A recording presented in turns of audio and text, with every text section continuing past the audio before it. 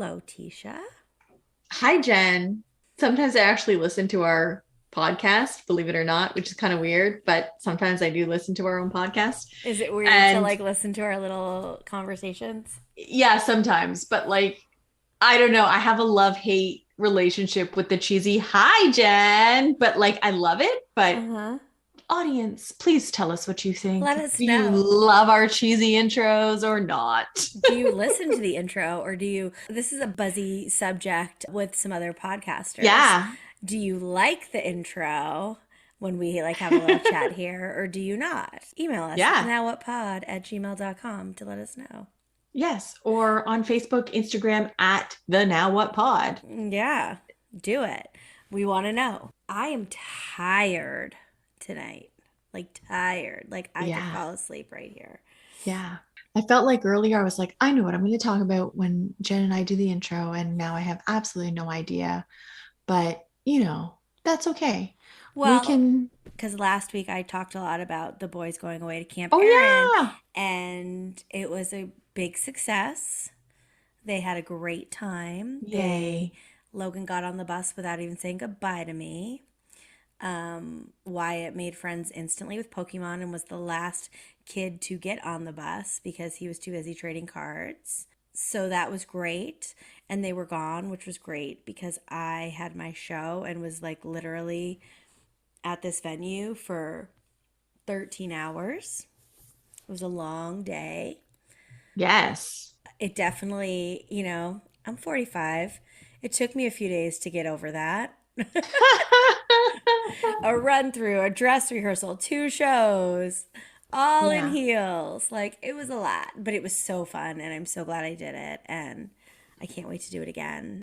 So good. But the boys had an amazing Yes, they did. time and learned a lot and made friends and it was really special and actually they like really want to go back, which they don't get to do, but I am planning. I'm going to, once I can figure it out. I definitely want to volunteer for a weekend because I think it's Oh, really yeah. important and really, and they have people from all walks of life who Yeah. come and volunteer to be buddies in the cabins with the kids, so it's really great.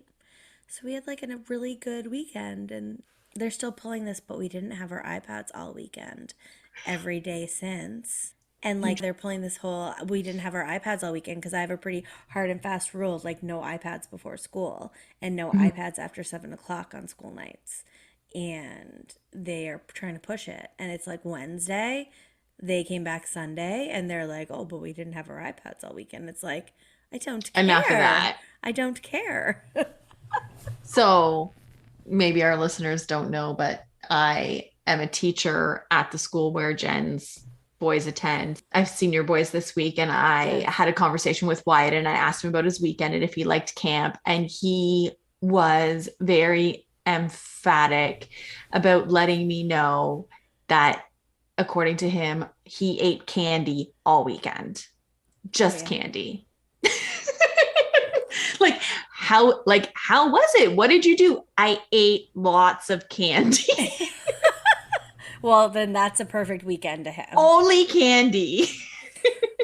When I asked them about the food, Wyatt goes, the cake. He's like, I had cake for breakfast. And I'm like, okay. Yeah.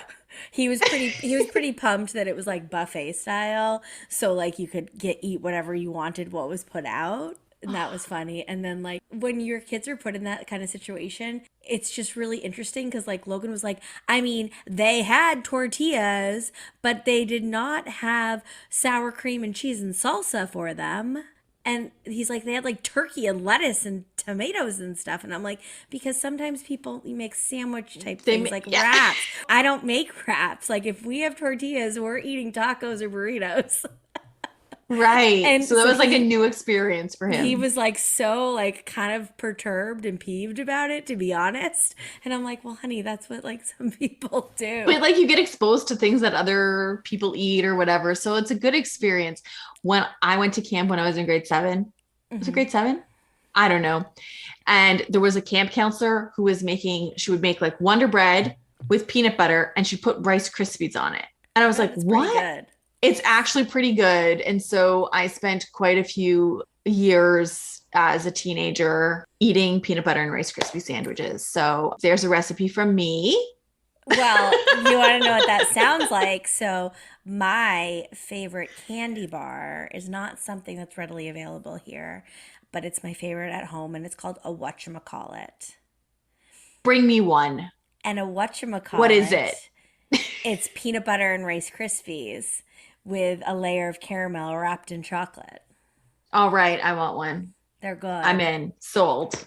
So that's what the peanut butter with the Rice Krispies. I was like, oh, that's probably good. What would make it better is if you could like put a little Nutella or like chocolate in it somehow. Hmm. That would be like more like my whatchamacallit. Yeah. Wonder bread, layer of Nutella, layer of peanut butter, Rice Krispies. I don't have Rice Krispies. Recipes from the Now What Pod. Should we write a recipe book? Someone might buy it. Anyways, enjoy this episode, guys. It's so good. It's so good. Yes. And we're laughing and being so ridiculous, but the episode's a little more serious and very timely, I think, because it does deal with abortion. And it's definitely, I feel like, the type of abortion story that you are not accustomed to hearing. I mean, I feel like you're not accustomed probably to hearing many at all, but it's definitely. Because it took us forever to find someone who wanted to talk about abortion on the podcast. Oh, and we recorded a Patreon episode tonight, so yes, we did. You should head on over there and subscribe. It's less than your Starbucks order. Yeah. We still have merch. If you go to nowwhatpod.com, you can listen to the episodes. There's a little link for merch. Check it out. And please leave us a review. We like reviews. And that's free. So enjoy the episode and leave us a review and share it with your friends.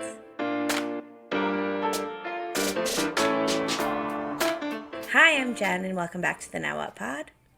And I'm Tisha. Thank you so much for joining us once again. We are here with Amanda Star Kingsley, who is a mom, a writer, a podcaster, and also a post-abortion life coach, which is why we invited her on the show. So welcome, Amanda. Welcome. Thank you. So glad to be here. We're glad to I have feel like you. I got my cup of tea. It's dark and cozy out. Ready to tell you all the things. We are extra happy to have you because for a long time we have been wanting to have somebody on the show to talk to us about abortion because it is really common and a lot of women have had abortions, and we think that the conversation is important and that so many people can relate to it. And also we had a super hard time finding somebody who'd be willing to talk about that. Yeah. And it's just so timely, I feel like, with what is you are in the United States, we're in Canada, but especially with what is going on in the US. You must just look down at us and be like, what is happening? Like, what is happening? Only sometimes. Well, I feel like as an American myself, though, I'm seeing it from an even different lens because I feel like I have even more of a vested interest because that is where I'm from, and maybe we'll move back there someday. I don't know. But also, I find that many Canadians are like, oh, thank God that's not here. And I'm like, but it could be. Yeah. Like, I don't know, with certain things anyway. I feel like it doesn't necessarily have to be, it's not always that far from the realm of possibility anyway. I mean, we like to think we're a lot better. You do. But we Not do, you. but Not you, maybe but we're not actually. Yeah, I do. I mean, Canadians kind of in general. Yeah. Would you or one of you mind kind of explaining a little bit about what is going on with regard to abortion laws in the US currently? I mean, I will defer to you, Amanda, because I know what I know, but I don't know as much. Politics is not my jam. I'm all about the mental emotional game. But what's happening in the United States right now I was going to say May, but it's June 1st. So in spring, early summer of 2022 is that a draft was leaked from the Supreme Court. I mean, this starts way back. Well, first of all, it starts way back with Roe v. Wade, 50 years ago. And pretty much since Roe v. Wade, conservatives have been like kind of plotting the overturn. So this has been a long, long game. We're just seeing the reality of it now. So what happened is that a draft was leaked from the Supreme Court, which now has these conservative justices because of the last presidency. And we are looking at losing legal protection as a country. Now, some states can still protect abortion, but I think actually Jen might know better than I do. I know right now there's like 13 states with trigger laws ready to go, which means abortion will be immediately legal.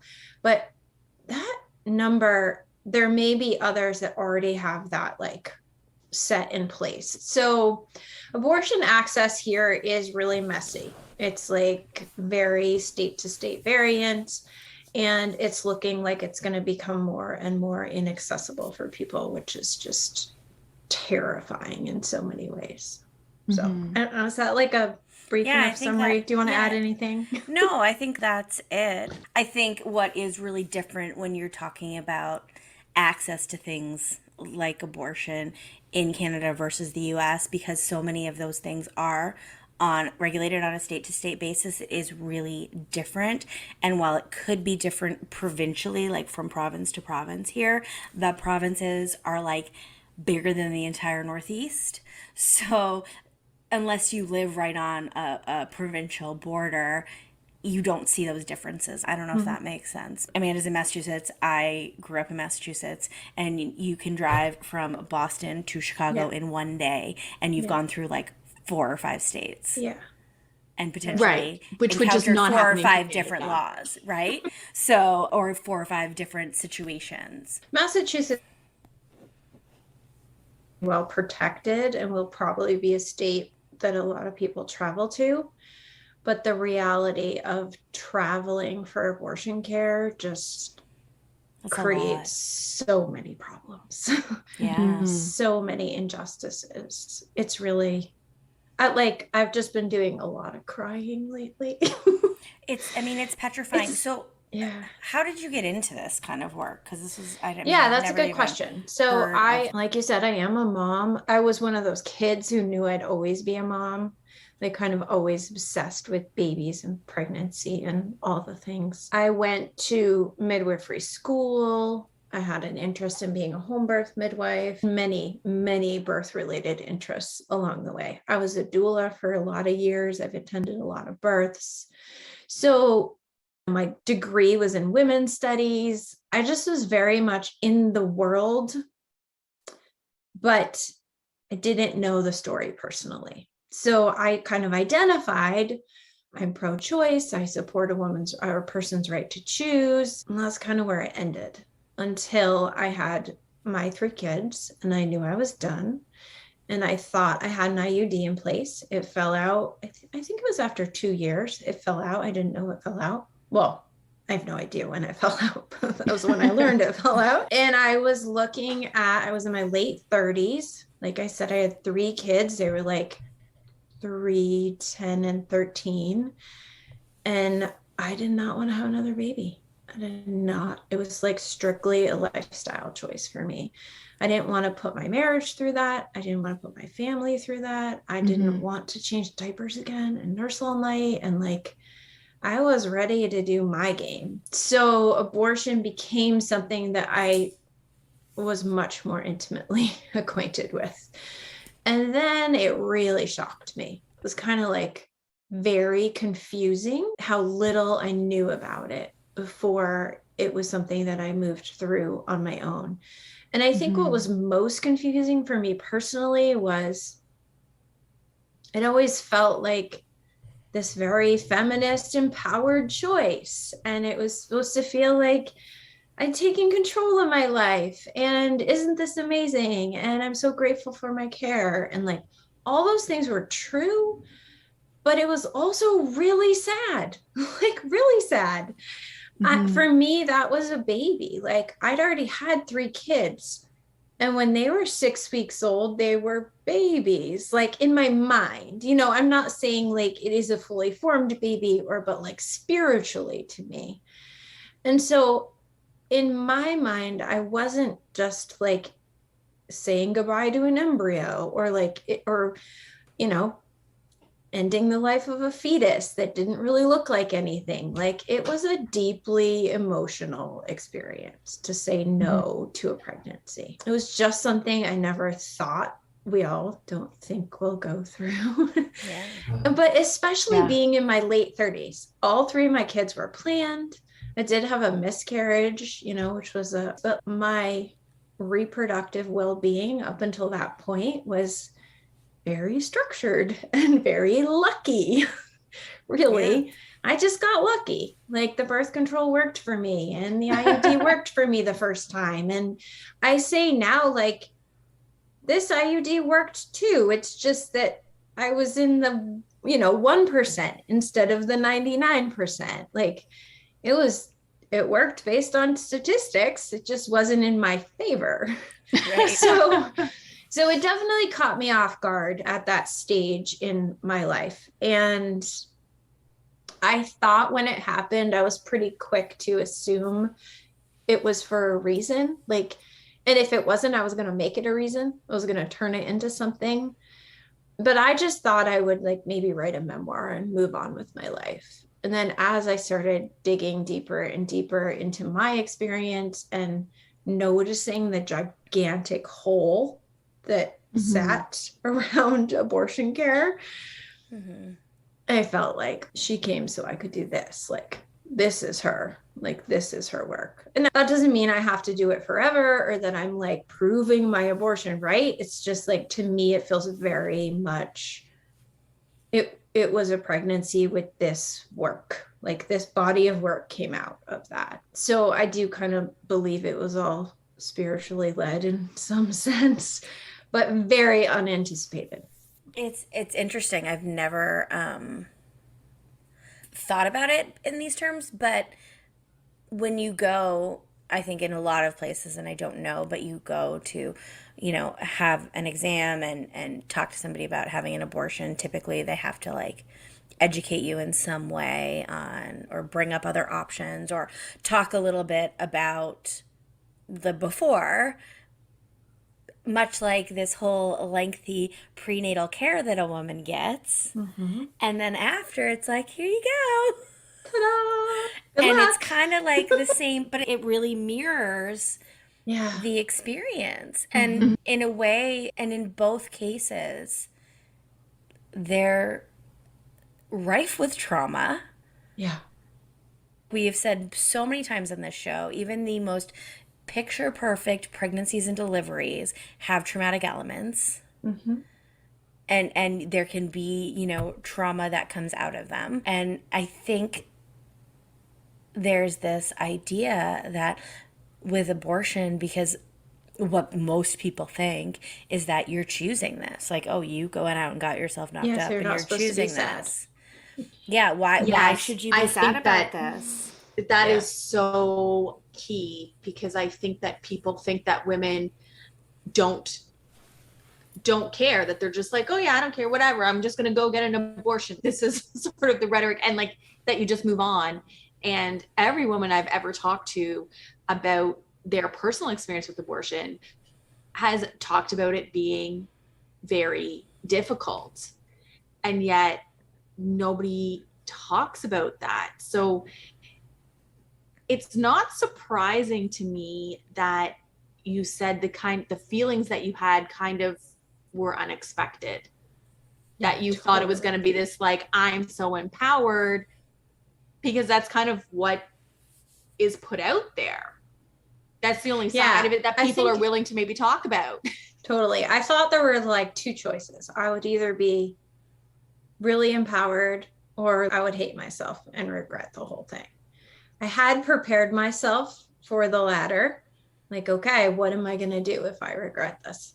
But I really did feel pretty blindsided by the middle ground, which sounds ridiculous to say now because, like, of course it wasn't either extreme binary. Of course it was the middle. Of course it was all the things. Of course it was all the feelings. But when that's all you see, Yeah. no matter how educated you are or how much you may know about like really the spectrum of how we can feel joy and grief and all of the things all at once and all of that, I feel like when you literally the only options you see are A or B, it's really hard to think that there's anything in the middle. Yeah. Or to really recognize anyway. And you can feel both of those things. Like it's A and B. It's not A or B, but it's A and B and everything in between.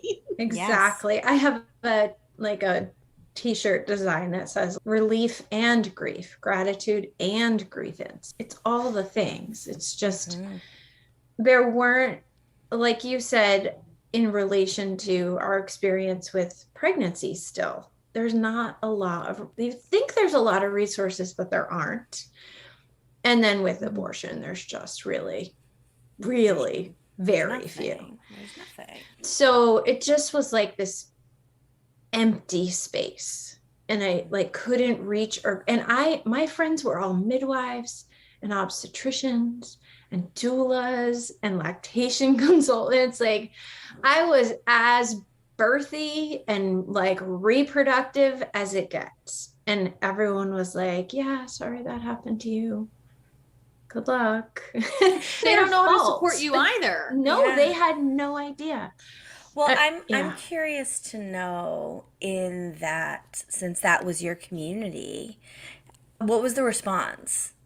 And just curious, because your story is very different, I think, than one. It's not one that you hear ever, I think, in this kind of a situation, right? Like a woman who has had children and by all accounts has a healthy pregnancy and decides to terminate that pregnancy. Like I think if you, in that case, it's like the baby's really sick or like there's something, some health concern going on. And that doesn't sound like that was the case at all for you. You know, I'm really curious to know how that decision was received by the people who did know about it. My community was like really, I can honestly say 100% supportive. Like, even people who I think did not support my decision were not rude about it.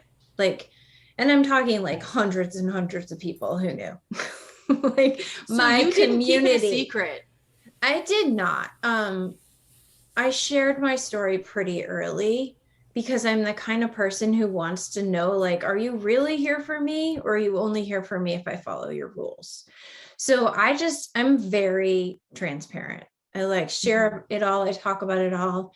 I learn and process in doing that. So some of it was selfish too. It's like, I have to talk about this in order to understand it. Mm-hmm. So to answer your question, like in my specific privileged example of a story, I was very supported, but being supported in a, like, I hear you, I see you way is lovely, but nobody was showing me that they understood. I remember I did start a memoir. I wrote about 40,000 words and never finished it. That's a whole lot. It was a lot. I'll probably go back someday. I remember writing, you get your period and you're like in the club and you have a baby and then you're in the club with the moms, or you even have a miscarriage. Even with my miscarriage, I felt like, okay, I'm in the club, like 1 in 5 or whatever it is. And then I had an abortion and I was like, where's the club? Like, who are the people I talked to about this? Like, even the people who had one that I knew did not want to talk about it. Like, I had one. It was not, as I kept talking, more and more people would come out of the closet. People would say, I had one 30 years ago. I've never told anyone but you. But there wasn't like a community of people saying, yeah, this is what it felt like for me. This is what it looked like for me. I get it. I get it. There is so much stigma around it. So and much there stigma. is and there can be so much judgment around it. I find it interesting, though, that even people who did say, yes, I had one, weren't willing to hold space for you or have a conversation with you about it. They'd never seen it modeled. Like Yeah. when one person Exactly. hasn't seen a conversation modeled for them, they don't know how to navigate a stigmatized topic. They haven't heard it talked about at family dinners. They haven't heard it talked about like on car rides or even movies, or like there's no modeling. So nobody knows how to talk about it. And they've probably themselves never been given a safe space to talk about it. So we're all silenced about it. I think there's a lot of too, like, oh, why did you say that? Like I boxed that up and thought I could move on. Like I moved on from that. Like I'm done with that. I put that away. What will happen if she unearths it? Like if I start this conversation, I don't know what will happen because it's been in a pressure cooker. Yeah. And I don't know what it will look like. I mean, I guess I come more from a place, like in my own widow story, like I actually didn't care what I knew or what anybody else knew about or felt comfortable with when it came to my grief. So I guess it's just interesting, like, and because it was never modeled for me either, you know, and maybe it's just a personality thing, and maybe you and I are similar in that way, I guess. But I think there's like a collective understanding that if you lose a partner, people feel sad about that. Like there's like that kind of You're not going to be grief, judged for that. Yeah. That kind of grief everyone gets. I get that. No. I guess what's interesting is when somebody discloses something and you have that common experience, it's interesting that wouldn't have opened up more. Yeah, no, I think it's still too scary because what if you tell someone and they judge me, or I get kicked out of my church, or like the judgment and the fear around it is so big, or my new partner doesn't know. What if my kids find out? There's just like so many layers that bottle it up. Yeah, and a lot of secrecy. And one of the things I was thinking about as you were talking about, you know, people supporting you and saying like that they see you and they hear you, but kind of falling short, I wondered, is that because we want to be supportive, but we don't know how? Because maybe we haven't known somebody who's been open about having an abortion and open about how they felt about that. And then how do we support someone who's had an abortion when that's also never been modeled for us? Because that's something you're supposed to do privately and like just not talk about ever again. I can remember being on the other side of the conversation now that we're talking about it, even before my own. Because I remember when I had an abortion, kind of like scanning. Oh, she told me she had an abortion, and she told me and like, I didn't really know what to say. Like I wasn't that supportive. I mean, I was like, I'm here if you need anything, like the basic standard replies, but I wasn't offering story from my family or my friends or like it. Yeah, it's just like a very hush thing. And so it makes it very complicated to navigate. And I think that people understand that the decision can be hard, but then they think once it's done and it's over. And I've had girlfriends who have had abortions, and I've seen them really struggle with that emotionally afterwards, and not just like the next day, but ongoing. Yeah. Where like maybe even a couple months later it's still like, you know what I mean? And they probably are still carrying it with them today, even though it was 20 years ago. Yeah. I'm wondering, in terms of the decision for you, was it complicated decision, and how involved was your partner in that decision making? Yeah, I have a story that I've told many times before, but as soon as we realized that I was probably pregnant, I took a test, and we kind of took the test with the understanding, like, we're not, if we're pregnant, we're not having this baby. Like, that was kind of the trajectory of where's this going to lead. And the first test I took was negative. And we both confided in each other, like, oh, thank God. I don't know if I could have gone through with it. And I was like, oh, I don't know if I could have gone through with it either. And it was this moment of like, we knew what we were supposed to do, but it was way harder than we anticipated. So again, we were definitely on the same page, but there were times in the decision making where we didn't realize we were not on the same page, or like we weren't communicating as clearly as we could have been. I think for a lot of men, it can be kind of tricky, men or partners, but it's like, I support you to do whatever you need to do. And I know from working, or whatever you want to do, or whatever's right for your body, like, it's your choice. And many of the clients I work with are like, I needed them to be clearer. Like, I needed to know what they really thought. Now I'm finding out 10 years later, they didn't want me to have the abortion.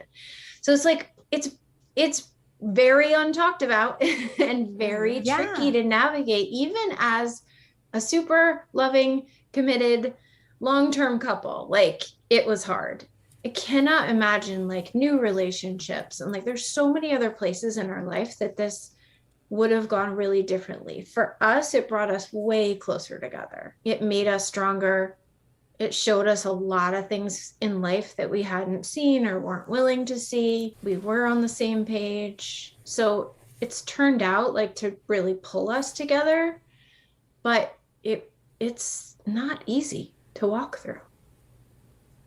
Yeah. Yeah. I don't even remember what your question was. Yeah, you did. I wanted to know about like the decision, and if it was, difficult between your partner, or how involved he was. And I think that we often teach boys or men that it is the woman's decision, and that they don't have a right to say, I want you to keep it, or I want you to get rid of it. But I can see, knowing myself, and like, even in minor situations, like, I'm like, my husband's like, I don't care, do what you want. And I'm like, no, but like, I actually want your opinion. And that, I'm using that example, like when I'm like, what do you want to have for dinner on Saturday night? But like, sometimes you actually just want your partner's input. Yeah. I wanted so badly for him to be like, this is what we're doing. But I know that which takes the pressure off you a bit, right? Totally. If he had, I would have hated it. I think it's a little bit, I want to say almost like an overcorrection from when men were making all of the decisions. Yeah. I feel like oftentimes we go from one extreme and we overcorrect in the other way. And the second, like, I think I would almost say the second that Roe v. Wade was passed, it was like, women have the right to choose.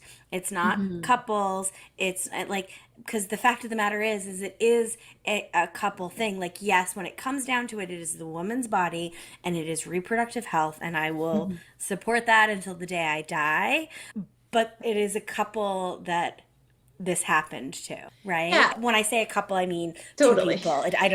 They're not married, not necessarily. It doesn't have to be any of that. Yeah. And obviously there are cases where that person is long gone for whatever reason. But it took 2 people to create this pregnancy. Yeah, and I really think if I look at my whole client body of people who, and most of the people who come to me are struggling. They're really they're trying to figure out how to make sense of all this. And a majority percentage of them feel like I did it for him or he made me. So like, he didn't give me a choice. And it's not necessarily like I'm taking you to the clinic and forcing an abortion, but they made the decision to please him. So felt like their decision in some senses, but really they were making it because they knew it was what he wanted. Mm-hmm. So it moves into this people-pleasing territory, which we all have so many issues with. And ultimately, through our coaching experience, it's learning how to take back your power and not make decisions for other people's feelings, and say, you know, that was like kind of an ultimate lesson for me in people-pleasing doesn't work out. Like, it did not serve me to meet his need over my own. That's who I see struggle probably more than anyone else, is when someone didn't make the decision for themselves. Yeah. Well, and it feels like, just like societally and culturally, like our value is determined by the men around us. Yeah. Right? And so, and like you feel that, and so you feel that pressure, I guess, if that's what they want. Or and it gets like messy, or you feel like you can't do it on your own, or, you know, or you can't live without this person if they like leave you. Right? And that's like a self-esteem thing. Like, you only have value if you're in an attachment, and like all of this stuff that makes me so There's angry. so many layers, so many directions you could go with it. Yeah. So one of the other pieces I'm wondering about is, after you'd had the abortion and you were sort of surprised by some of the feelings that you had around that, did you also tell people in your circle about that and like the feelings you were having around it and that you were struggling? Yeah. Another story I tell a lot is, I remember telling a friend, it just hurts. It just hurts so much. And she said, where does it hurt? She was in therapy. I was not. It was very good. It was a really good question. And I kind of gave the obvious answer, like my throat, my heart. And then the next time I was struck by like a wave of grief, I asked myself the question. And I remember feeling like I had no arms, like my arms were gone, like they just disappeared. I was like, well, I wasn't expecting that feeling. And then I remembered there was an organization in my area who I knew the founders of. I knew people who worked with them really well, called Empty Arms. And it was for baby and pregnancy loss. And I was like, oh my goodness, I've been working with this organization or beside them for years. And I had no idea that's where the name came from, Empty Arms. Like, that's what I felt. And I ran to the website and like searching and reading, and it was not for abortion by choice, only for medically necessary abortion. And it was just another moment of like, oh, like gut punch, empty hole. There's nowhere for me to go. I don't belong in the club. And that moment was like super defining for me in many ways. But one of the ways was like, wait, even my people, like my birthy pregnancy, like feminist people don't accept me. Like, now I really don't belong anywhere. So all that to answer the question, I did talk to some people about the emotions of it. Probably most people. Anyone who not everyone's response was as profound as that particular friend. I think we struggle with emotions as a culture so much. Yeah. That even though I was saying what I was feeling, people were like, okay, do you need anything? It's not like people weren't really having conversations. Maybe you should talk to somebody. Yeah, always. Maybe you should talk to somebody. It's like, I'm talking to you. And it's tricky. Like, the other thing about most of the clients I see is like, they have therapists or they've sought therapists, and they're afraid to even tell their therapist because they don't know their personal opinions and judgments and stigma. So it is really hard to find someone you can trust, because they tend not to share their personal opinion. And when you go through something like this, you don't want to be on the other side of someone who's judging you. Like, that's like the scariest thing ever. So it's hard to find people to talk to, even professionals, because most people are not really open about their stance on abortion. And as a professional, you're really not supposed to be. As a therapist. Like, as a therapist, you're not going to have it on your website, I'm pro-choice or whatever. Yeah. And you're not supposed to disclose your personal story. If a client says to you, like, you're really not supposed to say, I had one too. That's like not inside your code of whatever. The code of conduct or whatever. Yes. Code of therapists. I have interviewed many therapists on my podcast, and every therapist I ever talk to, I'm like, do you know of a directory that's abortion positive therapists? And they're like, no, that's a good idea. There should be one. I'm like, please, somebody tell me this directory exists. But it's you got to make it. Yeah.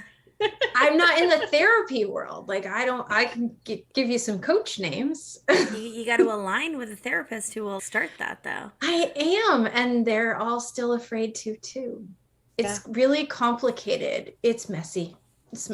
Well, I think because it's one of those things that, is so divisive. Yes.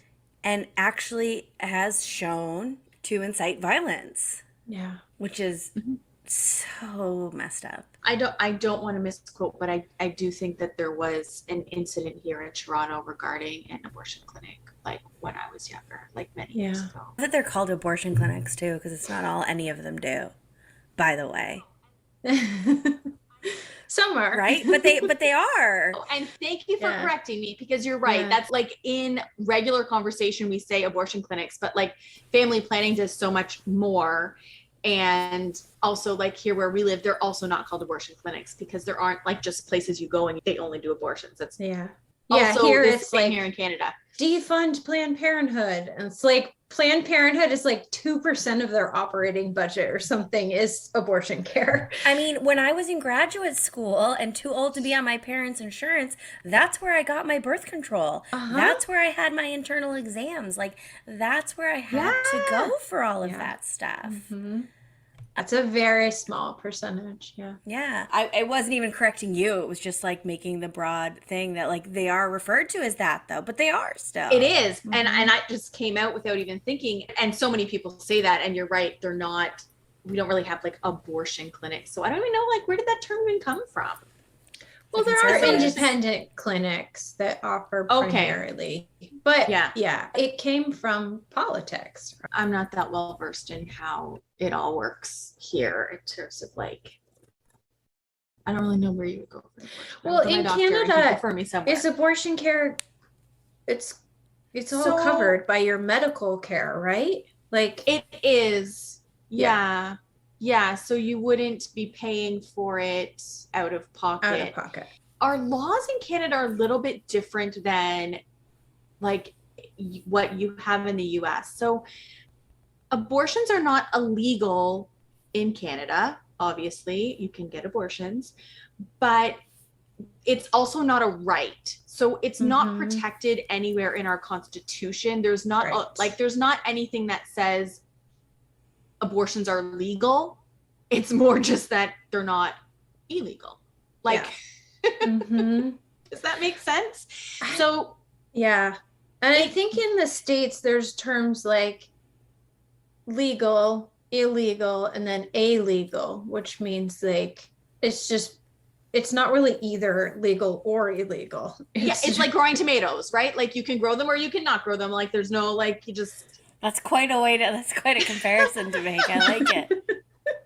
But it's like, it's not illegal. It's not legal. It's just, it just is. But I do think it's really interesting how little we all know. Like even when I found myself with this unwanted pregnancy and I knew I wanted an abortion, and I was so immersed in the world of reproductive health care, I literally imagined myself like driving far away to a clinic and like plowing my way through protesters, and I had no idea how to even get an abortion because nobody was really talking about that either. No. Yeah, I would go to my doctor and I guess he would refer me. Maybe they do them at hospitals. Like I don't even know the answer. But this is kind of what we're not talking about. So I just Googled how to get an abortion in Toronto. There is actually a clinic in Toronto that is an abortion clinic. They offer abortion and D&C services.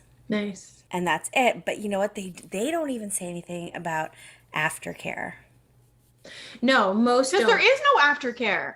But when this is specifically, because they even will help with D&Cs after like a failed medical abortion, like complications from a failed D&C and things like that. And it's, yeah, like nothing. Yeah. And what's extra disappointing here in the States, I don't know what it's like in Canada, is there are a lot of organizations set up pretty much exclusively by Christian-led groups that do offer aftercare, and they appear to be very loving and supportive and talking you through it. And then they'll say things like, we're so glad you found us so you never make that choice again. The next time this happens, we'll help you have the baby. So it's like very agenda-based, like absolutely trauma-inducing care. Yeah. But it's kind of all you can find when you start Googling. So it's really hard to find like genuinely agenda-free, non-judgmental care. It's really scary. Many years ago, I interviewed, because my background is in social work. So I interviewed for a place that supports teen moms. Mm-hmm. And they have a school and all kinds of things for teen moms. But they, during the interview process, I learned that this agency was actually funded by the Catholic Church, and that we were not, or their workers were not allowed to talk about abortion. So that if a teen mom were to come there and say that she was expecting a gain or whatever, you were not allowed to talk about that. And I was just like, okay, this is not the place for me. And it seems altruistic, oh, you're helping these teen moms who had babies and are struggling, and you're providing services and a safe place for them to go, and they can continue their education and learn about caring for their baby, and sounds so great. But there is this kind of also agenda where they're like, no, keep having the babies. Yeah, no, that's what we call crisis pregnancy centers here in the States, and they really cause a lot of harm. Mm-hmm. And so I always, whenever I get to a website, I scroll way to the bottom and it says does not provide or refer to abortion care, or you find the name of some church. But it's really hard to read, and when you're grieving and you're overwhelmed and you're scared and none of your friends or family are talking about it, it's really easy to be, I'm just gonna say, tricked into leaning into that care, and then finding yourself very defeated at the end of it. Well, feeling even more isolated than you already were feeling, right? Yeah. So as a result of your experience, you kind of developed this work that you now do. You created your own job. Yeah, I started writing. So I just started taking notes on everything I was feeling in the first year. And like I said, I started putting it into a book. And then it was pretty much in that year I found life coaching. And I'd been to therapists before, but never had a lot of great experiences personally. And when I found life coaching, I was like, what is happening? These are the tools that make sense to me, how to take care of myself and manage my mind and understand my feelings and create the things I want in my life. So it was a year and a half or 2 years, I think, before I certified as a life coach. And even then, I didn't think I would be doing abortion work. And my mentor said, okay, pick a niche and stick to it for a year. And I was like, oh, I think I'm supposed to pick abortion and stick to it for a year. And now, years later, a gigantic body of work later, I don't think it's going anywhere. You did mention that a lot of the people that you work with have, you know, kind of felt like they did it more to please their partner. But, you know, we don't often hear, I think, in the media or in TV, whatever, stories like yours of married women who have abortions after having had children. But I do think it happens a lot, actually. And I'm just wondering, in terms of like your clientele, do you find that it's often the more typical, what we think of like, oh, a young girl, she's not married, she's not ready to have children yet, has an abortion? Or do you see more women like yourself? Yeah. I don't know. It's actually about 65% of people who get abortions are already parents. So it's like pretty significant percentage. And that's not what we hear about. No, we hear about rapes. We hear about teens. Absolutely. To clarify, though, is this abortion by choice or all-encompassing of abortions in general? Because, you know, sometimes medical, I mean, I guess it's still technically by choice, but like if there's a complication in the pregnancy or, you know, or like late-term abortions, does it take those into account? I don't know what percentage of abortions are for medical reasons. I feel like that's a statistic I should know. Yeah, they call that termination for medical reasons. So TFMR. And that's an entire community. So that would not be included in that. I think that is included in that statistic. Yeah. I just would be curious to know, you know. Yeah, but I actually don't think it's a great question. I don't know what statistic TFMR abortions are, but I don't think it's that big. So anyway, most people who have abortions are already parents. And most of the people I work with, it ranges from people in their early 20s. I've had quite a few clients who are getting ready to have a family and they're like reflecting back on their decision in a different way. Like, now I want to bring a child in and I'm having all these feelings about the child I said no to. I have clients who had their abortions literally decades ago. But I'm going to say most of my clients are in a relationship and have families. Yeah, it's just interesting. And I guess I was asking because it isn't the story we typically hear, but it's not the first time that I've heard it.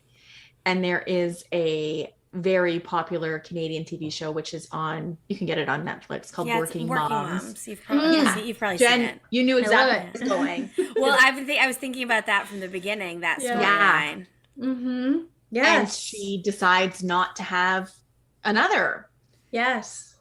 And I mean, if anybody's watched that show, like, it's a pretty powerful scene, I think, even though it's a comedy. Like, the show was a comedy. It's a dramedy. It's a dramedy, thank you. But it's kind of like, I don't know, it was a powerful moment. And as a mom, like with 2 kids, I could kind of relate too, because I'm like, like, I can see why someone might be like, I'm good. Like, I've got 3. Yeah, I mean, that's the reality. It's like, once you've done it, those of us who are already parents, we know the financial expense, we know the emotional expense, we know the like time expense, we know that our patience, like all of it is much more real. And so making the choice is it's hard, but it's like really pretty clear for people. Like, I know it's an informed choice, isn't it? Yeah, it's an even more informed choice, I'd say, than if you haven't had children. Yeah. And in the US, you're faced with even just the expenses of a pregnancy that here is not really a factor, right? I just was listening to a podcast by a friend, and she had twins, and you know, so many families here literally go into bankruptcy from medical care, just from medical births, NICU care. Like, it's hard. Like, getting medical care for a healthy pregnancy is hard. Yeah. I didn't have insurance with my first, and her birth was like $14,000 or something. That's like just to have her and then bring her home and all the expenses. When you're living paycheck to paycheck, like, and now we're forcing people into these scenarios, like, with offering no emotional support, no financial support, none of it. I think I've said more than once on this show that nobody wants to see postpartum Jen again. Nobody wants to know her. But it's a real factor that is not accounted for on top of the practical, like physical, financial, Yeah. And the idea that women who maybe don't want to have a child because they aren't in that financial position to do so are now going to have to figure out how to travel to another state. Yeah, and they just have that money to get an abortion with like children. And they most of the time have no family or friends to tell, to support. It's this like secret mission to cross states. And so you're going to ask somebody to watch your kids so that you what? Like, what's your story? It's tragic on so many levels. Yeah. So many levels. And now we look at our country and it's like, even if you get them to elementary school, they might be shot in their classroom. Like that's like the reality of parenting in this country right now. It's like terrifying. It's terrifying. Yeah. And I was thinking about when we were talking earlier about how Canadians, we think we're so much better. But if you remember, I was saying that in Canada, it's not a legally like you don't have a right to an abortion. Mm-hmm. So it could happen here. Yeah. I'm not saying it is happening, but it's not out of the realm of possibility. No, like it's not an active conversation the way it is in the States. It's not. But if it's not written into law, you can just as easily make up a law that says nope. It was illegal up until the 80s.